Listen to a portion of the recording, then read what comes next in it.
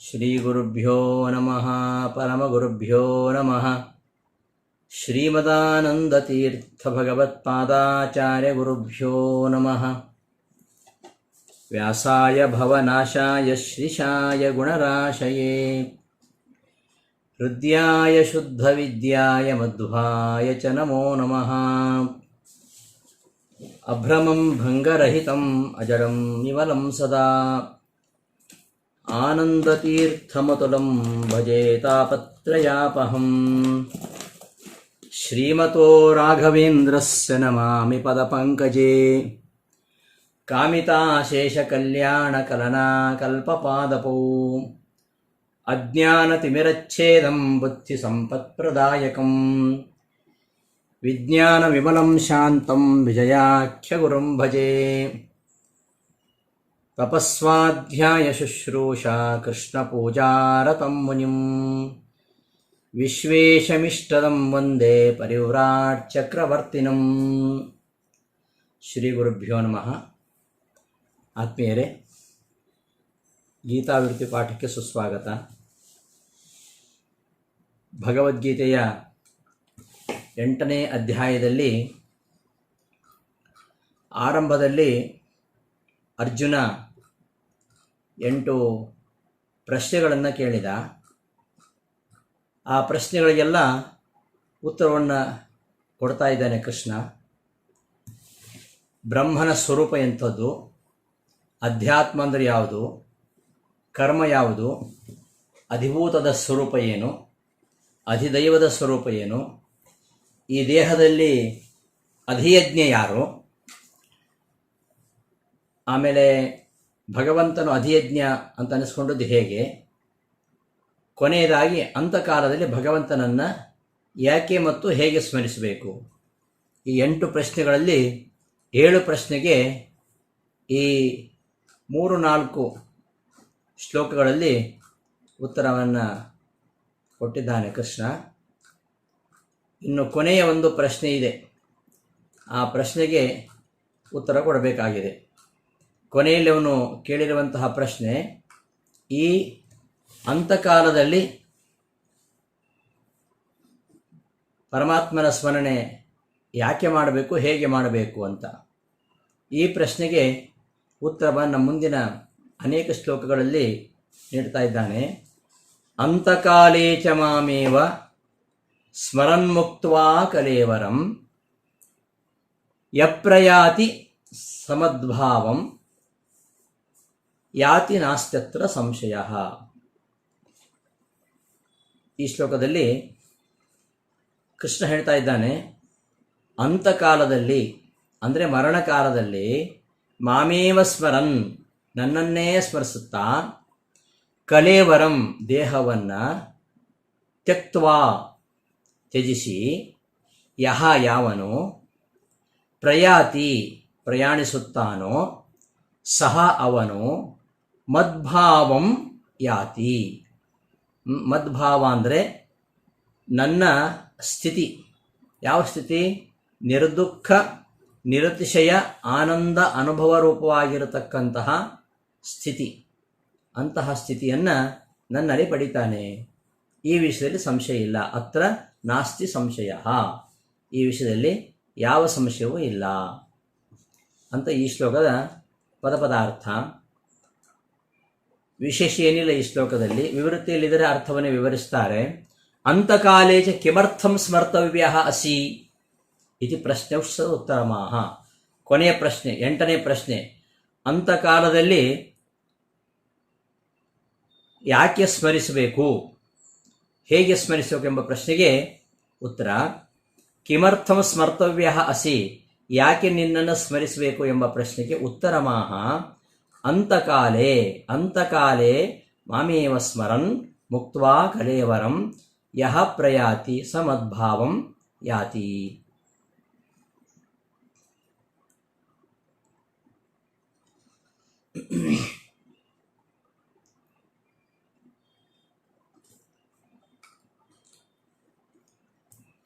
ಅಂತಕಾಲೇ ಅಂದರೆ ಮೃತಿಕಾಲೇ, ಮರಣಕಾಲದಲ್ಲಿ, ಮಾಮೇವ ಸ್ಮರನ್ ನನ್ನನ್ನೇ ಸ್ಮರಿಸುತ್ತಾ, ಕಲೇವರಂ ದೇಹಂ, ಕಲೇವರಂ ಅಂದರೆ ದೇಹವನ್ನು, ತ್ಯಕ್ತ್ವಾ ತೊರೆದು, ಯಹ ಯಾವನು, ಪ್ರಯಾತಿ ಪ್ರಯಾಣಿಸುತ್ತಾನೋ, ಸಹ ಅವನು, ಮದ್ಭಾವಂ ಮೈಭಾವಂ ಮದ್ಭಾವಂ, ಮೈಭಾವಂ ಮದ್ಭಾವಂ ಅಂದರೆ ಮೈಭಾವಂ ಸದಾ ತದ್ಭಾವ ಭಾವಿತಾನಾಮೇವ ಸ್ಮರಂ ತ್ಯಜತೀತಿ ಕೇವಲಂ ತತ್ಕಾಲ ಸ್ಮರಣಂ ಭವತಿ ಅಂತ ಗೀತಾ ತಾತ್ಪರ್ಯದಲ್ಲಿ ಆಚಾರ್ಯರು ಇದನ್ನು ವಿವರಿಸ್ತಾರೆ. ಮದ್ಭಾವಂ ಯಾತಿ, ಮದ್ಭಾವಂ ಅಂದರೆ ಮೈ ನಿರ್ದುಃಖ ನಿರತಿಶಯ ಆನಂದ ಅನುಭವಾತ್ಮಿಕಾಂ ಸತ್ತಾಂ, ಅದು ಮುಕ್ತಿಯಲ್ಲಿ ದೊರೆತಕ್ಕಂತಹ ಸುಖ, ಅದು ಸ್ವರೂಪ ಸುಖ, ಅದು ನಿರತಿಶಯ ಆನಂದ, ಆ ಆನಂದಕ್ಕೆ ಕೊನೆಯೇ ಇಲ್ಲ, ಅದಕ್ಕೆ ದುಃಖದ ಲೇಷದ ಸ್ಪರ್ಶವೂ ಇಲ್ಲ. ಆದ್ದರಿಂದ ನಿರ್ದುಃಖ ದುಃಖರಹಿತವಾದ ನಿರತಿಶಯ ಆನಂದ ಅನುಭವಾತ್ಮಕವಾಗಿರತಕ್ಕಂತಹ ಸತ್ತಾಂ ಸ್ಥಿತಿಯನ್ನು ಯಾತಿ ಹೊಂದುತ್ತಾನೆ. ಈ ವಿಷಯದಲ್ಲಿ ಸಂದೇಹ ಇಲ್ಲ. ಸಂದೇಹ ಅತ್ರ ಅರ್ಥೇ ನಾಸ್ತಿ ಇತ್ಯರ್ಥ. ಈ ವಿಷಯದಲ್ಲಿ ಸಂದೇಹವೇ ಬೇಡ ಅಂತ.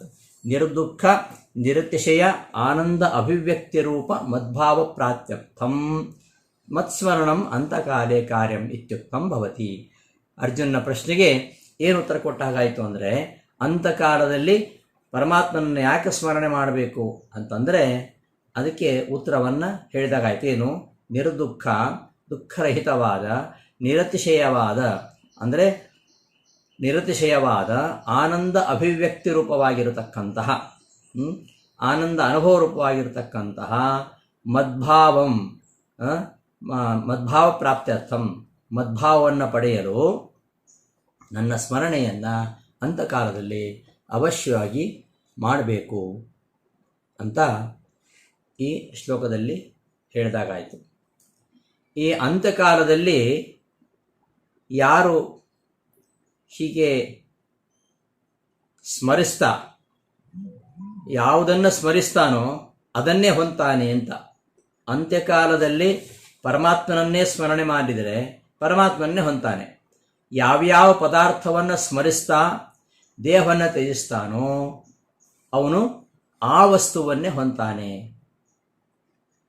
ಅಂತಕಾಲದಲ್ಲಿ ಯಾವ ವಸ್ತುವನ್ನು ಸ್ಮರಣೆ ಮಾಡಿದರೆ ಯಾವುದನ್ನು ಪಡಿತಾನೆ ಎಂಬುದನ್ನು ನಾವು ಹಿಂದಿನ ಅಧ್ಯಾಯಗಳಲ್ಲಿ ಆ ವಿಚಾರವನ್ನು ನೋಡಿದ್ದೀವಿ.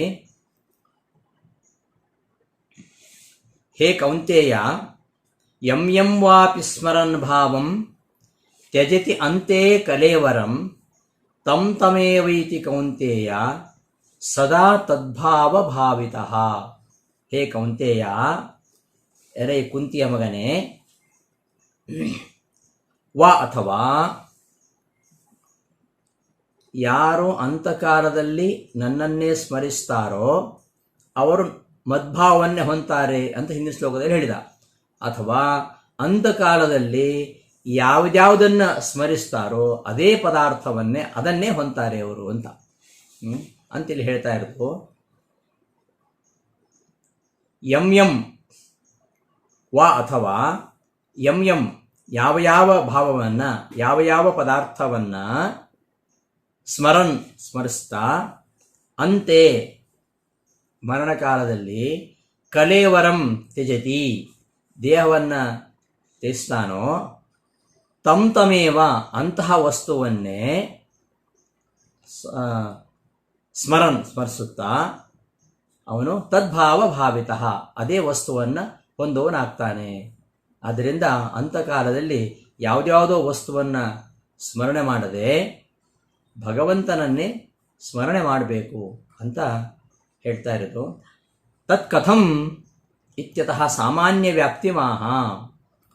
ತತ್ಕಥಂ ಅದು ಹೇಗೆ ಅಂದರೆ ಅಂತಕಾಲದಲ್ಲಿ ಭಗವಂತನನ್ನು ಸ್ಮರಿಸಿದರೆ ಭಗವಂತನನ್ನೇ ಹೊಂತಾನೆ, ಇದು ಹೇಗೆ ಸಾಧ್ಯ?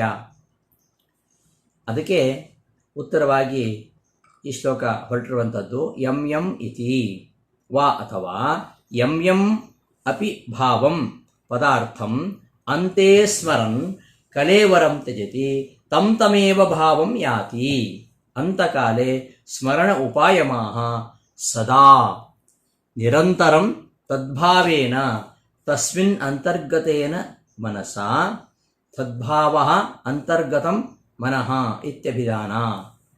ಭಾವಿತಃ ವಾಸಿತಃ ನಿತ್ಯಂ ತಚ್ಚಿಂತೆಯ ಜಾತ ತದ್ಗೋಚರ ಸ್ಮೃತಿಜನಕ ಸಂಸ್ಕಾರವಾನ್ ಇತ್ಯರ್ಥಃ.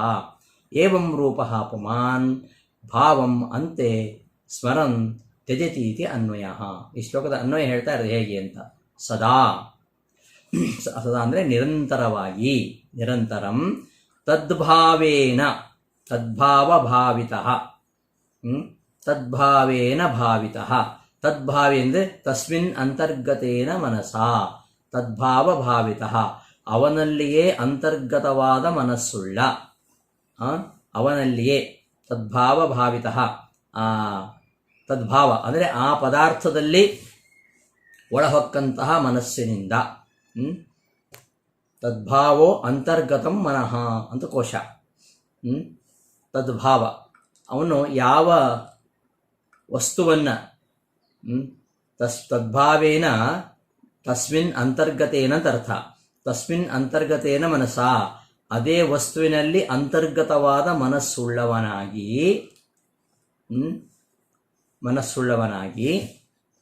ಭಾವಿತಃ ವಾಸನಾಯುಕ್ತನಾಗ್ತಾನೋ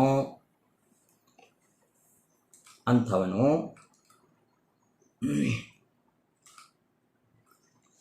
ವಾಸಿತಃ ನಿತ್ಯಂ ಯಾವಾಗಲೂ ತಚ್ಚಿಂತೆಯ ಜಾತ ತದ್ಗೋಚರ ಸ್ಮೃತಿಜನಕ ಸಂಸ್ಕಾರವಾನ್ ಇತ್ಯರ್ಥಃ. ಭಾವಿತ ಅಂದರೆ ವಾಸಿತಃ ವಾಸನಾಯುಕ್ತ ಆಗೋದು, ಸಂಸ್ಕಾರಯುಕ್ತನಾಗೋದು, ಯಾವಾಗಲೂ ಅದೇ ಚಿಂತೆ ಮಾಡ್ತಾ ಇರೋದು, ಅದನ್ನೇ ಚಿಂತನೆ ಮಾಡ್ತಾ ಜಾತ ತದ್ಗೋಚರ ಸ್ಮೃತಿಜನಕ ಸಂಸ್ಕಾರವಾನ್.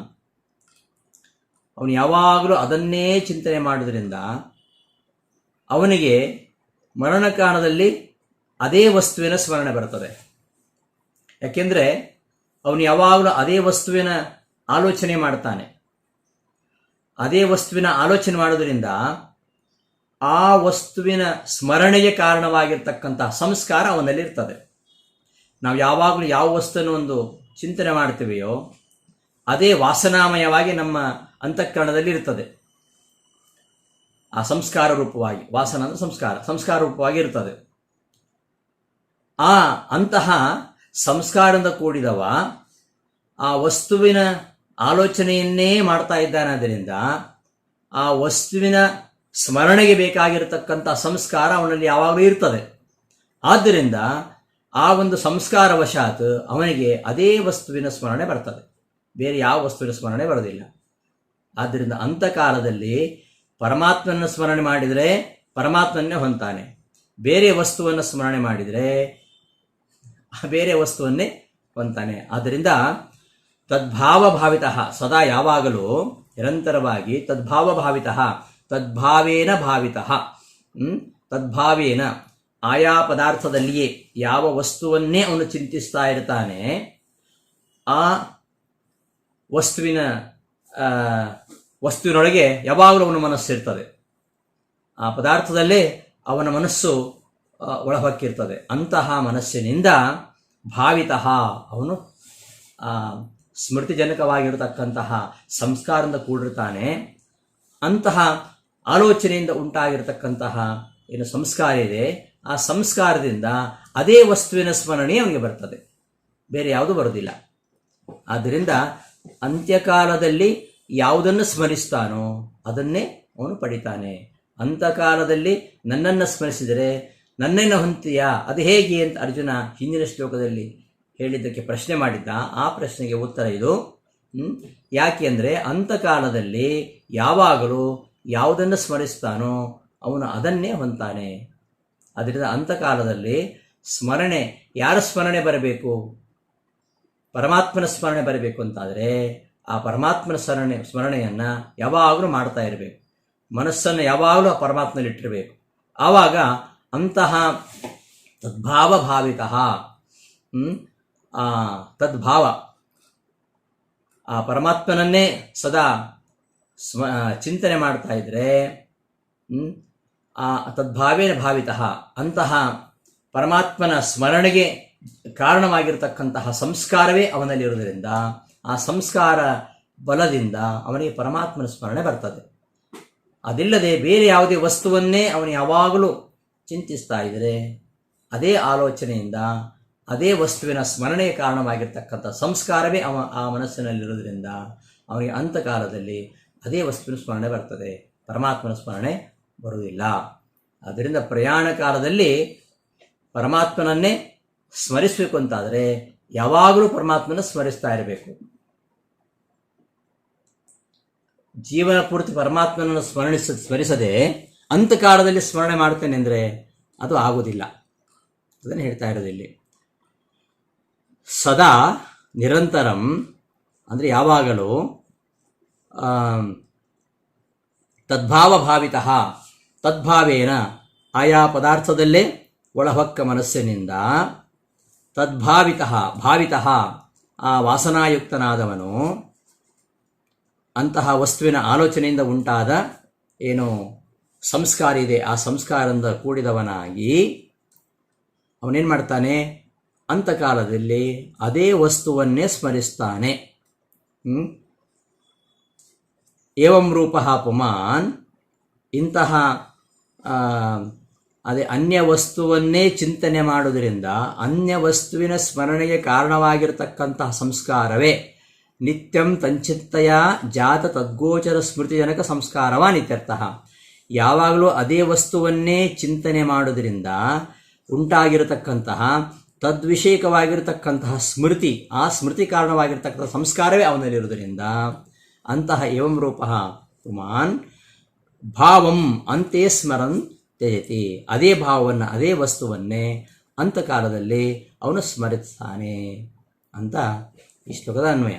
ಏತಚ್ಚ ನಿತ್ಯ ಸ್ಮೃತಿ ರೂಪಂ ಸದಾ ತದ್ಭಾವ ಭಾವಿತ್ವಂ ಅಪರೋಕ್ಷ ಜ್ಞಾನಂ ಜನಯತ್ವಾ ಭೋಗೇನ ಪ್ರಾರಬ್ಧಾವಸಾನಾನಂತರಂ ಅಂತಕಾಲೇ ಸ್ಮೃತಿ ಹೇತು ನ ಸಾಕ್ಷಾತ್ ಇತಿ ಜ್ಞೇಯಂ.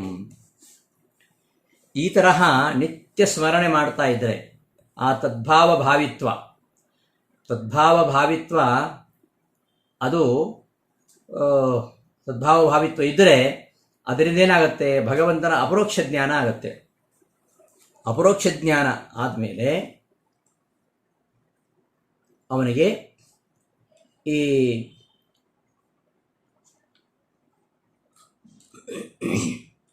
ತದ್ಭಾವೇನ ನಿತ್ಯ ತದ್ಭಾವ ಭಾವಿತ್ವ ರೂಪಂ ತದಾ ತದ್ಭಾವ ಭಾವಿತ್ವ ರೂಪಂ ಅಪರೋಕ್ಷ ಜ್ಞಾನ ಜನಯಿತ್ವ. ಆ ನಿರಂತರ ಪರಮಾತ್ಮನ ಸ್ಮರಣೆಯನ್ನೇ ಮಾಡ್ತಾ ಇದ್ದರೆ ಅದು ತದ್ಭಾವ ಭಾವಿತ್ವಂ ಅದು ಅಪರೋಕ್ಷ ಜ್ಞಾನವನ್ನು ಉಂಟು ಮಾಡಿ ಅಂತಕಾಲದಲ್ಲಿ ಅದು ಸ್ಮೃತಿಗೆ ಹೇತುವಾಗತ್ತೆ, ಹೊರತು ಸಾಕ್ಷಾತ್ ಅಲ್ಲ. ಇದನ್ನು ಇಲ್ಲಿ ಒಂದೇ ವಾಕ್ಯದಲ್ಲಿ ರಾಯರು ಹೇಳಿದ್ದಾರೆ. ಅದನ್ನು ತಾತ್ಪರ್ಯದಲ್ಲಿ ಸರಿಯಾಗಿ ನಿರೂಪಿಸ್ತಾರೆ. ತಾತ್ಪರ್ಯದಲ್ಲಿ ಪ್ರಯಾಣ ಕಾಲದಲ್ಲಿ ಹೇಗೆ ತಿಳಿದುಪಡಬೇಕು, ಅದರ ಅರ್ಥ ಏನು? ಇಲ್ಲಿ ಕೆಲವರಿಗೆ ಈ ಏನು ಮರಣಕಾಲದಲ್ಲಿ ಸ್ಮರಣೆ ಮಾಡಿದರೆ ಆಯ್ತಲ್ವಾ, ಮರಣಕಾಲದಲ್ಲಿ ಸ್ಮರಣೆ ಮಾಡಬೇಕಾಗಿರೋದ್ರಿಂದ ಜೀವನ ಪೂರ್ತಿ ಯಾಕೆ ಸ್ಮರಣೆ ಮಾಡಬೇಕು? ಮರಣಕಾಲದಲ್ಲೇ ಮಾಡಿದ ಸಾಕಲ್ಲ, ಅಂತಕಾಲದಲ್ಲಿ ಸ್ಮರಣೆ ಬರಬೇಕು. ಅಂತ್ಯಕಾಲದಲ್ಲಿ ಸ್ಮರಣೆ ಬರಬೇಕಾದರೆ ಯಾವಾಗಲೂ ಸ್ಮರಣೆ ಮಾಡ್ತಾ ಇರಬೇಕು ಅಂತ. ಯಾವಾಗಲೂ ಯಾಕೆ ಸ್ಮರಣೆ ಮಾಡಬೇಕು? ಅಂತಕಾಲದಲ್ಲಿ ಬಹಳ ಪ್ರಯತ್ನಪೂರ್ವಕವಾಗಿ ನಾವು ಸ್ಮರಣೆ ಮಾಡ್ಬೋದಲ್ಲ ಅಂದರೆ ಆ ಅಂತಕಾಲದಲ್ಲಿ ನಮಗೆ ಸ್ಮರಣೆ ಬರಲ್ಲ. ಯಾಕೆ ಅಂದರೆ ಅಂತಕಾಲ ಸ್ಮರಣಸ್ಯ ಪ್ರಾರಬ್ಧ ಕರ್ಮಾವಸಾನಂ ಏವಂ ಕಾರಣಂ ತತ್ಕಾರಣತೆಯ ಅಪರೋಕ್ಷ ಜ್ಞಾನಂ ಚೈತಿ ಪ್ರಾಪ್ತಂ ತಥಾ ಚ ಕಿಂ ಸದಾ ತದ್ಭಾವಭಾವಿತ್ವೇನ ಇತ್ಯತಃ ಆಹ ಯುಕ್ತೇತಿ ಸತ್ಯಂ ಸಾಕ್ಷಾತ್ ಅಂತಕಾಲ ಸ್ಮರಣಸ್ಯ ಪ್ರಾರಬ್ಧ ಕರ್ಮಾವಸಾನಮೇವ ಕಾರಣಂ ತತ್ಕಾರಣತ್ವಾತ್ ಅಪರೋಕ್ಷ ಜ್ಞಾನಂಚ. ಈಗ ಅಂತಕಾಲ ಸ್ಮರಣೆ ಮಾಡಿದ ಕ್ಷಣ ಮೋಕ್ಷ ಆಗಿಬಿಡುವುದಿಲ್ಲ, ಅಜಾಮಿಳ ಅಂತಕಾಲದಲ್ಲಿ ಸ್ಮರಣೆ ಮಾಡಿದ ಅಂದ ಮಾತ್ರಕ್ಕೆ ಅವನಿಗೆ ಮೋಕ್ಷ ಆಗಲಿಲ್ಲ. ಅಂತಕಾಲದಲ್ಲಿ ಭಗವಂತ ಸ್ಮರಣೆ ಬಂದ ಮೇಲೆ ಅವನು ಪಶ್ಚಾತ್ತಾಪ ದಗ್ಧನಾಗಿ ಆಮೇಲೆ ಅನೇಕ ಸಮಯದವರೆಗೆ ತುಂಬ ಅನುಷ್ಠಾನ ಮಾಡಿದ, ಭಗವಂತನ ಸ್ಮರಣೆಯನ್ನು ಮಾಡಿದ. ಅನುಷ್ಠಾನ ಮೂಲಕವಾಗಿ ತನ್ನ ಪ್ರಾರಬ್ಧ ಕರ್ಮವನ್ನು ಕಳೆದುಕೊಂಡ. ಪ್ರಾರಬ್ಧ ಕರ್ಮವನ್ನು ಕಳೆದುಕೊಂಡ ಮೇಲೆ ಅವನಿಗೆ ಅಪರೋಕ್ಷ ಜ್ಞಾನ ಆಯಿತು. ಅಪರೋಕ್ಷ ಜ್ಞಾನ ಆದಮೇಲೆ ಅವನಿಗೆ ಮೋಕ್ಷ ಆದದ್ದು. ಹಾಗಾದರೆ ಸ್ಮರಣೆ ಮಾಡಿದ ಮಾತ್ರಕ್ಕೆ ಮುಕ್ತಿ ಆಗಿಬಿಡುತ್ತೆ ಅಂತ ಅರ್ಥ ಅಲ್ಲ. ಅಂತಕಾಲದಲ್ಲಿ ಭಗವಂತನ ಸ್ಮರಣೆ ಮುಕ್ತಿಗೆ ಹೇತು ಹೌದು, ಆದರೆ ಅದು ನ ಸಾಕ್ಷಾದಿತಿ ಜ್ಞೇಯಂ. ಅಂತಕಾಲೇ ಸ್ಮೃತಿ ಹೇತು ನ ಸಾಕ್ಷಾತಿ ಜ್ಞೇಯಂ. ಈ ಯಾವಾಗಲೂ ಪರಮಾತ್ಮನ ಸ್ಮರಣೆಯನ್ನು ಮಾಡ್ತಾ ಇದ್ದರೆ ಮಾತ್ರ ಅಂತ್ಯಕಾಲದಲ್ಲಿ ಸ್ಮರಣೆ ಬರುತ್ತೆ. ಯಾವಾಗಲೂ ಪರಮಾತ್ಮನ ಸ್ಮರಣೆ ಮಾಡದೆ ಅಂತಕಾಲದಲ್ಲಿ ನಾನು ಸ್ಮರಣೆ ಮಾಡ್ತೇನೆ ಅಂದರೆ ಅಂತಕಾಲದಲ್ಲಿ ಸ್ಮರಣೆ ಬರುವುದಿಲ್ಲ. ಹಾಗೆ ಯಾವುದ್ಯಾವುದೋ ನೆನಪಿಗೆ ಬರ್ತದೆ. ವಿಷಯ ಅಷ್ಟೇ. ಯಾವಾಗಲೂ ನಿರಂತರವಾಗಿ ಆ ಪರಮಾತ್ಮನ ಸ್ಮರಣೆ ಮಾಡ್ತಾ ಇದ್ದರೆ ಮಾತ್ರ ಅಂತಕಾಲದಲ್ಲಿ ಸ್ಮರಣೆ ಬರ್ತದೆ. ಅಂತಕಾಲದಲ್ಲಿ ಸ್ಮರಣೆ ಬಂದ ಮಾತ್ರಕ್ಕೆ ಅವನಿಗೆ ಮುಕ್ತಿ ಆಗುವುದಿಲ್ಲ. ಯಾಕೆಂದರೆ ಅಂತಕಾಲ ಸ್ಮರಣಸ್ಯ ಪ್ರಾರಬ್ಧ ಕರ್ಮಾವಸಾನಮೇವ ಕಾರಣಂ. ನ್ಯಾಯದೀಪಿಕಾದಲ್ಲಿ ಟೀಕಾಚಾರ್ಯ ಹೇಳ್ತಾರೆ, ಭಗವದ್ಗೀತೆಗೆ ಆಚಾರ್ಯರು ಗೀತಾ ಭಾಷ್ಯ ತಾತ್ಪರ್ಯ ಅಂತ ಬರೆದಿದ್ದಾರೆ. ಗೀತಾ ತಾತ್ಪರ್ಯಕ್ಕೆ ಟೀಕೆ ನ್ಯಾಯದೀಪಿಕಾ, ಗೀತಾ ಭಾಷ್ಯಕ್ಕೆ ಟೀಕೆ ಅದು ಪ್ರಮೇಯ ದೀಪಿಕಾ. ಈ ಪ್ರಮೇಯ ದೀಪಿಕಾ ನ್ಯಾಯದೀಪಿಕಾ ಇದು ಎರಡಕ್ಕೂ ರಾಯರು ಭಾವದೀಪ ಅಂತ ಬರೆದಿದ್ದಾರೆ. ಈ ದೀಪಿಕಾದಲ್ಲಿ ಹೇಳ್ತಾರೆ ಟೀಕಾಚಾರ್ಯರು, ಅಂತಕಾಲ ಸ್ಮರಣೆ ಅದು ಪ್ರಾರಬ್ಧ ಕರ್ಮಾವಸಾನಮೇವ ಕಾರಣಂ. ಪ್ರಾರಬ್ಧ ಕರ್ಮ ಅವಸಾನಮೇವ ಕಾರಣಂ. ಈ ಅಂತಕಾಲದಲ್ಲಿ ನಾವು ಸ್ಮರಣೆ ಮಾಡುವಂಥದ್ದು ಅದು ಮುಕ್ತಿಯನ್ನು ಸಾಕ್ಷಾತ್ತಾಗಿ ತಂದುಕೊಡುವಂಥದ್ದಲ್ಲ. ನಿತ್ಯ ಸ್ಮೃತಿ ರೂಪಂ ಸದಾ ತದ್ಭಾವ ಭಾವಿತ್ವಂ. ಯಾವಾಗಲೂ ಪರಮಾತ್ಮನ ಸ್ಮರಣೆ ಮಾಡ್ತಾ ಇದ್ದರೆ ಮಾತ್ರ ಆಗ ಅವನಿಗೆ ಆ ಸದಾ ಭಗವಂತನ ಸ್ಮರಣೆ ಮಾಡುವಂಥದ್ದು ಅಪರೋಕ್ಷ ಜ್ಞಾನವನ್ನು ಹುಟ್ಟಿಸಿ ನಮ್ಮ ಪ್ರಾರಬ್ಧ ಕರ್ಮ ಎಲ್ಲ ಕಳೆದ ಮೇಲೆ ಕೊನೆಗೆ ಅದು ಸ್ಮೃತಿ ಹೇತು ಆಗತ್ತೆ ಹೊರತು ಸಾಕ್ಷಾತ್ ಅಲ್ಲ ಅಂತ. ಅಂದರೆ ನಿರಂತರ ಪರಮಾತ್ಮನ ಸ್ಮರಣೆ ಮಾಡ್ತಾ ಇದ್ದಾಗ ಅವನಿಗೆ ಅಪರೋಕ್ಷ ಜ್ಞಾನ ಬರ್ತದೆ. ಅಪರೋಕ್ಷ ಜ್ಞಾನ ಬಂದ ಮೇಲೆ ಅವನು ಮಾಡಿರ್ತಕ್ಕಂತಹ ಏನು ಕರ್ಮ ಇದೆ, 3 ರೀತಿಯಾಗಿರ್ತಕ್ಕಂತಹ ಕರ್ಮ, ಸಂಚಿತ, ಆಗಾಮಿ, ಪ್ರಾರಬ್ಧ ಅಂತ. ಸಂಚಿತ ಕರ್ಮ ಎಲ್ಲ ಅಪರೋಕ್ಷ ಜ್ಞಾನವಾದಾಗ ಸಂಚಿತ ಆಗಾಮಿ ಕರ್ಮಗಳು ನಾಶವಾಗ್ತದೆ. ಪ್ರಾರಬ್ಧ ಕರ್ಮ ನಾಶ ಆಗುವುದಿಲ್ಲ. ಆ ಪ್ರಾರಬ್ಧ ಕರ್ಮದ ಫಲ ಏನಿದೆ ಅದನ್ನು ಅನುಭವಿಸೇ ನಾಶ ಆಗಬೇಕು. ಈ 3 ರೀತಿಯ ಏನು ಕರ್ಮ ಸಂಗ್ರಹ ಇದೆಯಲ್ಲ, ಆ ಕರ್ಮ ಸಂಗ್ರಹ ಭಗವಂತನ ಅಪರೋಕ್ಷ ಜ್ಞಾನ ಆದ ಮೇಲೆ ಸಂಚಿತ ಆಗಾಮಿ ಕರ್ಮಗಳೆಲ್ಲ ನಾಶವಾಗತ್ತೆ. ಸಂಚಿತ ಅಂದರೆ ಕೂಡಿಟ್ಟದ್ದು, ಆಗಾಮಿ ಅಂದರೆ ಇನ್ನು ಮುಂದೆ ಮಾಡಲಿಕ್ಕಿರುವಂಥದ್ದು, ಪ್ರಾರಬ್ಧ ಅಂದರೆ ಅನುಭವಿಸಲಿಕ್ಕೆ ಪ್ರಾರಂಭಿಸಿದ್ದು. ನಾವು ಅನುಭವಿಸಲಿಕ್ಕೆ ಪ್ರಾರಂಭ ಮಾಡಿದ ಮೇಲೆ ಅದನ್ನು ನಾವೇ ಅನುಭವಿಸಬೇಕು, ಅದು ಪ್ರಾರಬ್ಧ ಕರ್ಮ. ಅದರ ಫಲ ಏನಿದೆ ಆ ಫಲಭೋಗದಿಂದಲೇ ಪ್ರಾರಬ್ಧ ಕರ್ಮ ಕೊನೆಯಾಗಬೇಕು. ಈ ಪ್ರಾರಬ್ಧ ಕರ್ಮ ಕೊನೆಯಾಗಬೇಕಾದರೆ ನಿತ್ಯ ಭಗವಂತನ ಸ್ಮರಣೆ ಮಾಡಬೇಕು. ನಿತ್ಯ ಭಗವಂತನ ಸ್ಮರಣೆ ಮಾಡಬೇಕು. ಭಗವಂತನ ಅಪರೋಕ್ಷ ಜ್ಞಾನವನ್ನು ಗಳಿಸಬೇಕು. ಭಗವಂತನ ಅಪರೋಕ್ಷ ಜ್ಞಾನವನ್ನು ಗಳಿಸಿದಾಗ ನಮ್ಮ ಪ್ರಾರಬ್ಧ ಕರ್ಮಗಳೆಲ್ಲ ನಾಶವಾಗುತ್ತೆ.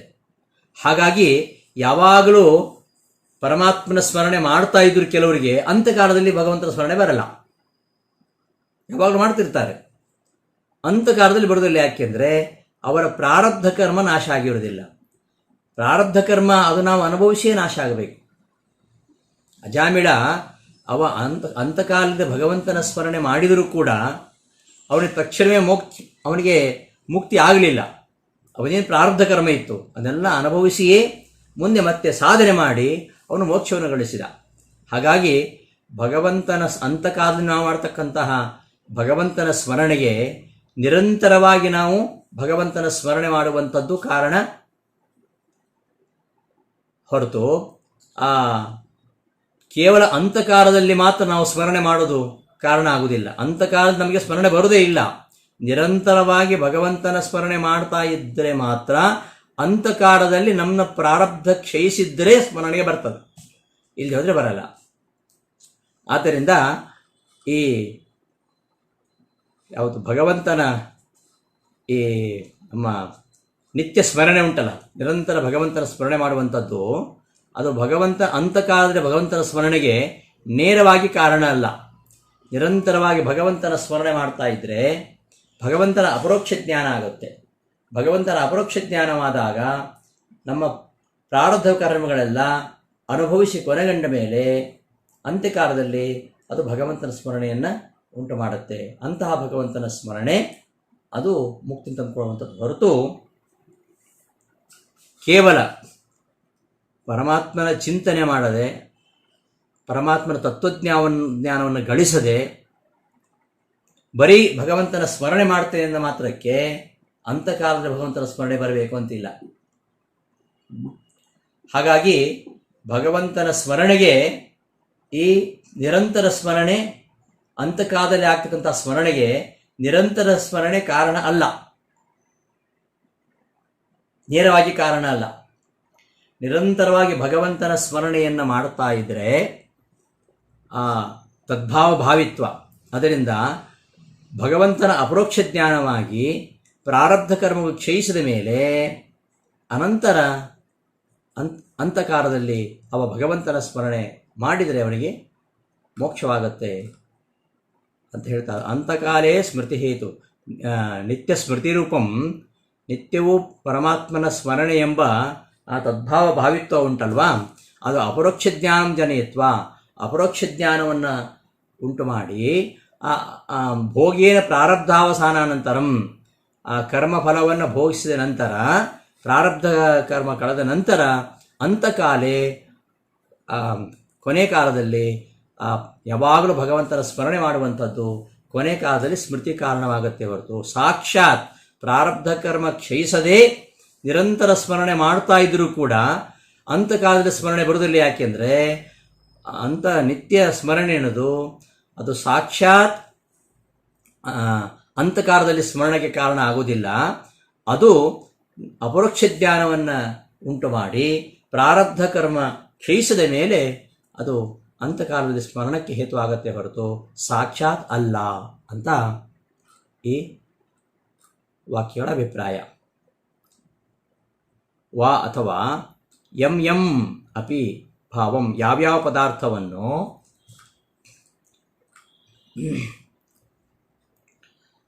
ಅಂತೆ ಕೊನೆ ಕಾಲದಲ್ಲಿ ಸ್ಮರಿಸುತ್ತಾ ಕಲೇವರಂ ದೇಹವನ್ನು ತ್ಯಜಿಸುತ್ತಾನೋ ತಮೇವ ಭಾವಂ ಯಾತಿ, ಅದೇ ಪದಾರ್ಥವನ್ನು ಹೊಂತಾನೆ. ಅಂತಕಾಲೇ ಸ್ಮರಣ ಉಪಾಯಮಾಹ, ಅಂತಕಾಲದಲ್ಲಿ ಸ್ಮರಣೆ ಬರಬೇಕಾದರೆ ಅದಕ್ಕೆ ಉಪಾಯ ಏನು ಅಂದರೆ ಯಾವಾಗಲೂ ಕೂಡ ಭಗವಂತನ ಸ್ಮರಣೆ ಮಾಡಬೇಕು. ಸದಾ ಇತಿ, ಸದಾ ನಿರಂತರಂ ಯಾವಾಗಲೂ, ತದ್ಭಾವೇನ ತಸ್ಮಿನ್ ಅಂತರ್ಗತೇನ ಮನಸ್ಸ, ಆ ಭಗವಂತನಲ್ಲಿ ಅಂತರ್ಗತವಾಗಿರತಕ್ಕಂತಹ ಮನಸ್ಸಿನಿಂದ ಭಾವಿತಃ, ಆ ನಿರಂತರ ಭಗವಂತನ ಸ್ಮರಣೆ ಮಾಡುವುದರಿಂದ, ವಸ್ತುವಿನ ಚಿಂತನೆ ಮಾಡುವುದರಿಂದ ಏನು ಅವನ ಸ್ಮರಣೆ ಬರಬೇಕು, ಆ ಸ್ಮರಣೆಗೆ ಕಾರಣವಾಗಿರತಕ್ಕಂಥ ಸಂಸ್ಕಾರಯುಕ್ತನಾಗಿ ನಿತ್ಯಂ ತಚ್ಚಿಂತೆಯ ಜಾತ, ಯಾವಾಗಲೂ ಅವನನ್ನೇ ಚಿಂತನೆ ಮಾಡುವುದರಿಂದ ಜಾತ ಉಂಟಾದ ತದ್ಗೋಚರ ಸ್ಮೃತಿಜನಕ ಸಂಸ್ಕಾರವಾನ್, ತದ್ವಿಷೇಕವಾಗಿರ್ತಕ್ಕಂತಹ ಸ್ಮೃತಿಗೆ ಕಾರಣವಾಗಿರ್ತಕ್ಕಂತಹ ಸಂಸ್ಕಾರ ಉಳ್ಳವನು ಅಂತ ಅರ್ಥ. ಭಾವಿತ ಅಂದರೆ ಏವಂ ರೂಪ ಪುಮಾನ್, ಈ ರೀತಿಯಾಗಿ ನಿತ್ಯವೂ ಪರಮಾತ್ಮನನ್ನೇ ಚಿಂತನೆ ಮಾಡ್ತಾ ಪರಮಾತ್ಮನ ಸ್ಮರಣೆಗೆ ಕಾರಣವಾಗಿರ್ತಕ್ಕಂತಹ ಸಂಸ್ಕಾರವನ್ನು ಯಾವನು ಹೊಂದಿದ್ದಾನೋ ಅಂತಹ ಪುಮಾನ್ ಮನುಷ್ಯನು ಭಾವಂ, ಯಾವುದನ್ನು ನಿರಂತರ ಸ್ಮರಿಸ್ತಾ ಇರ್ತಾನೆ ಅದೇ ವಸ್ತುವನ್ನು ಅಂತಕಾಲದಲ್ಲಿ ಸ್ಮರಿಸುತ್ತಾ ತ್ಯಜತಿ, ಈ ದೇಹವನ್ನು ತ್ಯಜಿಸ್ತಾನೆ ಅಂತ ಈ ಶ್ಲೋಕದ ಅನ್ವಯಾನುಸಾರ ಅರ್ಥ. ಏತಚ್ಚ ನಿತ್ಯ ಸ್ಮೃತಿ ರೂಪಂ ಸದಾ ತದ್ಭಾವ ಭಾವಿತತ್ವಂ ಅಪರೋಕ್ಷ ಜ್ಞಾನಂ ಜನಯಿತ್ವ. ಏತಂದರೆ ನಿತ್ಯ ಸ್ಮೃತಿ ರೂಪವಾದ, ಯಾವಾಗಲೂ ಭಗವಂತನನ್ನೇ ಚಿಂತಿಸುವಂತಹ ಸದಾ ತದ್ಭಾವ ಭಾವಿತತ್ವ, ಯಾವಾಗಲೂ ಪರಮಾತ್ಮನನ್ನೇ ಚಿಂತನೆ ಮಾಡತಕ್ಕಂತಹ ಈ ತದ್ಭಾವ ಭಾವಿತತ್ವ ಅದು ಅಪರೋಕ್ಷ ಜ್ಞಾನಂ ಜನಯತ್ವ, ಅಪರೋಕ್ಷ ಜ್ಞಾನವನ್ನು ಉಂಟು ಮಾಡಿ ಭೋಗೇನ ಕರ್ಮದ ಫಲವನ್ನು ಅನುಭವಿಸುವುದರಿಂದ ಪ್ರಾರಬ್ಧಾವಸಾನಾನಂತರಂ, ಪ್ರಾರಬ್ಧ ಕರ್ಮ ಕಳೆದ ಮೇಲೆ ಅಂತಕಾಲೇ ಮರಣಕಾಲದಲ್ಲಿ ಅದು ಸ್ಮೃತಿ ಹೇತು, ಯಾವುದು ನಿತ್ಯ ಭಗವಂತನ ಸ್ಮರಣೆ ಮಾಡುವಂಥದ್ದು, ಇಡೀ ಆಯುಷ್ಯ ಪೂರ್ತಿ ಭಗವಂತನ ಸ್ಮರಣೆ ಮಾಡುವಂಥದ್ದು. ಇಷ್ಟೆಲ್ಲ ಆದಮೇಲೆ ಅದು ಅಂತಕಾಲದಲ್ಲಿ ಸ್ಮರಣೆಗೆ ಹೇತುವಾಗತ್ತೆ ಹೊರತು ನ ಸಾಕ್ಷಾತ್. ಸಾಕ್ಷಾತ್ ಅದು ಕಾರಣ ಅಲ್ಲ. ಅಂತಕಾಲದ ಭಗವಂತ ಸ್ಮರಣೆಗೆ ನೇರವಾಗಿ ಕಾರಣ ಅಲ್ಲ. ಅಂತಕಾಲಕ್ಕೆ ಭಗವಂತನ ಸ್ಮರಣೆಯನ್ನು ಉಂಟು ಮಾಡುತ್ತೆ ಹೊರತು ನೇರವಾಗಿ ಅಂತಕಾಲದಲ್ಲಿ ಭಗವಂತ ಸ್ಮರಣೆಗೆ ಆ ತದ್ಭಾವ ಭಾವಿತ್ವ ಅನ್ನೋದು ಕಾರಣ ಆಗೋದಿಲ್ಲ ಅಂತ ಇದರರ್ಥ. ಸ್ಮರಂ ಸ್ಥಿತಿ ಇತಿ ತ್ಯಾಗಸ್ಮರಣೆಯೋ ಏಕಕಾಲತ್ವ ಪ್ರತೀತೌ ಅಪಿ ಅಂತೆ ಇತ್ಯುಕ್ತಿ ತ್ಯಾಗಕಾಲೇ ಮಹಾದುಃಖ ಸ್ಮರಣಮಸಂಭಾವಿತಂ ಇತಿ ಮಂದಾಶಂಕೋ ಶಂಕಾವಿದಾಸಾಯ ಸರ್ವದಾ ಶರೀರಂ ಹೇಮಿತಿ ಮನ್ಯಮಾನಾನಾಂ ದೇಹಿನಾಂ ನ ದೇಹತ್ಯಾಗಃ ದುಃಖಹೇತುಃ ಅತಃ ತದಾ ಸ್ಮರಣಂ ನ ಅಸಂಭಾವಿತಂ ಇತಿ ಪ್ರದರ್ಶನಾರ್ಥ. ಯಾವಾಗಲೂ ಸ್ಮರಿಸ್ತಾ ಇದ್ದವನು, ಯಾವಾಗಲೂ ಸ್ಮರಿಸ್ತಾ ಇದ್ದಾನೆ ಅಂತಕಾಲದಲ್ಲಿ ಸ್ಮರಿಸ್ತಾ ಇರ್ತಾನೆ ಅವನು ಅಲ್ವಾ. ದೇಹತ್ಯಾಗ ಸ್ಮರಣೆ ಎರಡು ಒಟ್ಟಿಗೆ ಆಗ್ತದಲ್ವಾ. ಯಾವಾಗಲೂ ಸ್ಮರಿಸ್ತಾ ಇದ್ದಾನೆ ಅಂದರೆ ದೇಹತ್ಯಾಗ ಮಾಡುವವರು ಸ್ಮರಿಸ್ತಾ ಇದ್ದಾನೆ ಅಲ್ವಾ. ಹಾಗಾಗಿ ದೇಹ ತ್ಯಾಗ ಕಾಲದಲ್ಲಿ ಭಗವಂತ ಸ್ಮರಣೆ ಬಂದೇ ಬರುತ್ತೆ, ಅದು ಅಸಂಭಾವಿತೇನಲ್ಲ ಅಂತ ಮಂದಬುದ್ಧಿಯ ಆಶಂಕೆ. ಯಾವಾಗಲೂ ಸ್ಮರಿಸ್ತಾ ಇದ್ದಾನೆ ಅಂದರೆ ಏನು, ಕೊನೆಯವರೆಗೂ ಸ್ಮರಿಸ್ತಾನೆ ಅಂತ ಅರ್ಥ. ಹಾಗಾದ್ರೆ ಅಂತಕಾಲದಲ್ಲಿ ಅವನು ಸ್ಮರಿಸ್ತಾ ಇದ್ದಾನೆ. ಅಂತ್ಯಕಾಲದಲ್ಲಿ ಸ್ಮರಣೆ ಬರಲಿಕ್ಕೆ ಅವನು ಯಾವಾಗಲೂ ಸ್ಮರಣೆ ಮಾಡಬೇಕು ಅಂತ, ಯಾವಾಗಲೂ ಸ್ಮರಣೆ ಮಾಡ್ತಾ ಇದ್ದಾನೆ ಅಂತ ಆದರೆ ಅಂತಕಾಲದಲ್ಲಿ ಕೂಡ ಸ್ಮರಣೆ ಮಾಡೇ ಮಾಡ್ತಾನಲ್ಲ. ಆದ್ದರಿಂದ ಈ ದೇಹತ್ಯಾಗ ಮತ್ತು ಸ್ಮರಣೆ ಇವೆಲ್ಲವೂ ಒಂದೇ ಕಾಲದಲ್ಲಿ ಆಗತ್ತೆ ಅಂತ ಅನಿಸಿದ್ರು ಕೂಡ ಅಂತೆ ಅಂತ ಹೇಳಿದ್ದು ಯಾಕೆ ಅಂದರೆ, ಅಂತೆ ಅಂತ ಹೇಳಿತು. ಅಂತೆ ಅಂತಕಾಲದಲ್ಲಿ ಇಲ್ಲಿ ಅಂತೆ ಕಲೇವರಂ, ಯಾವಾಗಲೂ ಭಗವಂತನ ಸ್ಮರಣೆ ಮಾಡ್ತಾ ಇದ್ದರೆ ಪರಮಾತ್ಮನ್ನೇ ಹೊಂತಾನೆ ಅಂತ ಹೇಳಿದ್ರೆ ಸಾಕಲ್ಲ. ಯಾವಾಗಲೂ ಸ್ಮರಣೆ ಮಾಡ್ತಕ್ಕಂಥವನು ಆ ಕಾಲದಲ್ಲಿ ಸ್ಮರಣೆ ಮಾಡೇ ಮಾಡ್ತಾನೆ ಅನ್ನುವ ಮಂದರ ಪ್ರಶ್ನೆ ಅಂತಂದರೆ ಅದಕ್ಕೆ ಅಂತೆ ಅಂತ ಹೇಳಿದ್ದು. ದೇಹತ್ಯಾಗ ಕಾಲದಲ್ಲಿ ಬರುವಂಥದ್ದುಂಟಲ್ಲ ಅದು ವಿಶೇಷ. ಇಡೀ ತನ್ನ ಆಯುಷ್ಯ ಪೂರ್ತಿ ಪರಮಾತ್ಮನ ಸ್ಮರಣೆ ಮಾಡಿದರೂ ಕೂಡ ದೇಹತ್ಯಾಗ ಕಾಲದಲ್ಲಿ ಅವನಿಗೆ ಭಗವಂತನ ಸ್ಮರಣೆ ಬರುವುದಿಲ್ಲ, ಭಗವಂತನ ಸ್ಮರಣೆ ಬರುತ್ತಲ್ಲ ಅನ್ನುವ ಒಂದು ಶಂಕೆ, ಆ ಶಂಕೆಗೋಸ್ಕರ ಅಂತೆ ಅಂತ ಹೇಳಿತ್ತು. ಇನ್ನು ದೇಹತ್ಯಾಗ ಕಾಲದಲ್ಲಿ ಕೆಲವೊಮ್ಮೆ ಭಗವಂತನ ಸ್ಮರಣೆ ಅದು ಅಸಂಭಾವಿತ. ಯಾಕೆಂದರೆ ದೇಹತ್ಯಾಗ ಮಾಡುವಾಗ ಭಗವಂತನ ಸ್ಮರಣೆ ಬರಲ್ಲ. ಯಾಕೆಂದರೆ ಆಗ ಏನೋ ಕಾಯಿಲೆಗಳು, ನೋವು, ದುಃಖ, ಆ ಕ್ಷಣದಲ್ಲಿ ಅವನಿಗೆ ಭಗವಂತನ ನೆನಪೇ ಬರುವುದಿಲ್ಲ. ಯಾಕೆಂದರೆ ಮರಣ ಅನ್ನೋದೇ ದುಃಖಕ್ಕೆ ಕಾರಣವಾಗಿರುವಂಥದ್ದು. ಹಾಗಾದ್ದರಿಂದ ಮರಣಕಾಲ ಬಂದಾಗ ಅವ ತೀವ್ರ ವೇದನೆ ಅನುಭವಿಸ್ತಾ ಇರ್ತಾನೆ. ತೀವ್ರ ವೇದನೆ ಅನುಭವಿಸ್ತಾ ಇರೋದ್ರಿಂದ ಭಗವಂತನೇ ಸ್ಮರಣೆ ಮಾಡಲಿಕ್ಕೆ ಯಾರಿಗೂ ಸಾಧ್ಯ ಇಲ್ಲ ಅನ್ನುವ ಪ್ರಶ್ನೆ ಬರ್ತದೆ. ತುಂಬ ಜನರಿಗೆ ಭಗವಂತ ಸ್ಮರಣೆ ಬರಲ್ಲ. ಯಾಕೆ ಅಂದರೆ ಪ್ರಾರಬ್ಧ ಕರ್ಮ ಇರುವುದರಿಂದ ಬರುವುದಿಲ್ಲ ಅಂತ. ಆದರೆ ಕೆಲವರು ಭಾವಿಸುವುದು ಹೌದಪ್ಪ ಅಂತ್ಯಕಾಲದಲ್ಲಿ ಸ್ಮರಣೆ ಬರಲ್ಲ, ಯಾಕೆಂದರೆ ಸಾವಿನ ಸಂಕಟ, ನೋವು, ದುಃಖ, ಆ ಒಂದು ಸಂದರ್ಭದಲ್ಲಿ ಭಗವಂತನ ಸ್ಮರಣೆ ಮಾಡಲಿಕ್ಕೆ ಯಾರಿಗೂ ಸಾಧ್ಯ ಇಲ್ಲ ಅಂತ ಕೆಲವರು ಸಂದೇಹ. ಆದರೆ ಮರಣಕಾಲದಲ್ಲಿಯೂ ಕೃಷ್ಣ ಪರಮಾತ್ಮನ ಸ್ಮರಣೆ ಅಸಂಭಾವಿತೇನಲ್ಲ. ಯಾಕೆಂದರೆ ದೇಹತ್ಯಾಗ ಮಾಡುವ ಪೂರ್ವ ಕ್ಷಣದಲ್ಲಿ ದುಃಖ ಇರ್ತದಂತೆ. ಜೀವಿ ದೇಹತ್ಯಾಗ ಮಾಡೋ ತನಕ ದುಃಖ ಇರುತ್ತಂತೆ. ದೇಹತ್ಯಾಗ ಮಾಡೋ ಕ್ಷಣದಲ್ಲಿ ದುಃಖ ಇರುವುದಿಲ್ಲಂತೆ. ಅದು ಹೇಗೆಂತ ಗೊತ್ತಿಲ್ಲ. ದೇಹತ್ಯಾಗ ಮಾಡುವ ಪೂರ್ವ ಕ್ಷಣದಲ್ಲಿ ದುಃಖ ಇರ್ತದೆ, ತುಂಬ ಕಷ್ಟಪಡ್ತಾನೆ. ಆದರೆ ದೇಹತ್ಯಾಗ ಮಾಡುವ ಕ್ಷಣದಲ್ಲಿ ಅವನಿಗೆ ದುಃಖ ಇರುವುದಿಲ್ಲ. ಆದ್ದರಿಂದ ಎಂತಹ ಅಜ್ಞಾನಿಗೂ, ಬರೀ ಜ್ಞಾನಿಗೆ ಮಾತ್ರ ಅಲ್ಲ, ಜ್ಞಾನಿಯಾದವ ಅವ ನನಗೆ ಎಂತಹ ವೇದನೆ ಇದ್ದರೂ ಕೂಡ ಕೊನೆ ಕಾಲದವರೆಗೂ ಭಗವಂತನ ಸ್ಮರಣೆ ಮಾಡಬಹುದು. ಅವ ಮಾತ್ರ ಅಲ್ಲ, ಅಜ್ಞಾನಿಯೂ ಸಹ ಅವನು ಅಂತಕಾಲದಲ್ಲಿ ಅವನಿಗೆ ಯಾವ ವೇದನೆ ಇಲ್ಲದೇ ಇರೋದ್ರಿಂದ ಅವನು ಪರಮಾತ್ಮನ ಸ್ಮರಣೆ ಮಾಡಲಿಕ್ಕೆ ಸಾಧ್ಯ ಇದೆ. ಆದ್ದರಿಂದ ಈ ಒಂದು ಶಂಕೆ ಮಂದರ ಶಂಕೆ ಅಷ್ಟೇ. ಭಗವಂತನ ಸ್ಮರಣೆಯನ್ನು ಮಾಡಲಿಕ್ಕೆ ಯಾರಿಗೂ ಸಾಧ್ಯ ಇಲ್ಲ. ನಿರಂತರ ಸ್ಮರಣೆ ಮಾಡಿದವನು ಕೂಡ, ಜೀವನ ಪೂರ್ತಿ ನಿರಂತರ ಸ್ಮರಣೆ ಮಾಡಿದವನು ಕೂಡ ಕೊನೆ ಕಾಲದಲ್ಲಿ ಏನೋ ರೋಗ ಕಾಯಿಲೆ, ಅವನು ಅದರ ಬಗ್ಗೆ ಆಲೋಚನೆ ಮಾಡ್ತಾ ಇರ್ತಾನೆ, ಆ ನೋವು ಅನುಭವಿಸ್ತಾ ಇರ್ತಾನೆ. ಆ ಕಾಲದಲ್ಲಿ ಪರಮಾತ್ಮನ ಸ್ಮರಣೆ ಬರುವುದಿಲ್ಲ. ಅಂತಕಾಲ ದೇಹತ್ಯಾಗ ಮಾಡುವ ಕಾಲದಲ್ಲಿ ಬರುವುದಿಲ್ಲ. ಇಲ್ಲ, ಅಂತಕಾಲದಲ್ಲಿ ಅವನಿಗೆ ದುಃಖ ನೋವು ಇದ್ರೂ ಕೂಡ ದೇಹ ತ್ಯಾಗ ಮಾಡುವ ಕಾಲದಲ್ಲಿ ದುಃಖ ಇರುವುದಿಲ್ಲ. ಅದನ್ನೇ ಹೇಳ್ತಾ ಇದ್ರು, ಸ್ಮರಂ ಸ್ಥಿತಿ ಇತಿ ತ್ಯಾಗಸ್ಮರಣೆಯೋ ಏಕಕಾಲತ್ವ ಪ್ರತೀತವು ಅಪಿ. ತ್ಯಾಗ ಮತ್ತು ಸ್ಮರಣ, ದೇಹತ್ಯಾಗ ಮಾಡೋದು, ದೇಹತ್ಯಾಗ ಮಾಡುವಾಗ ಭಗವಂತನ ಸ್ಮರಣೆ ಮಾಡೋದು ಎರಡೂ ಒಂದೇ ಕಾಲದಲ್ಲಿ ಅಂತ ಅನಿಸತ್ತೆ. ಆದ್ದರಿಂದ ಅಂತೆ ಇತ್ಯುಕ್ತಿ,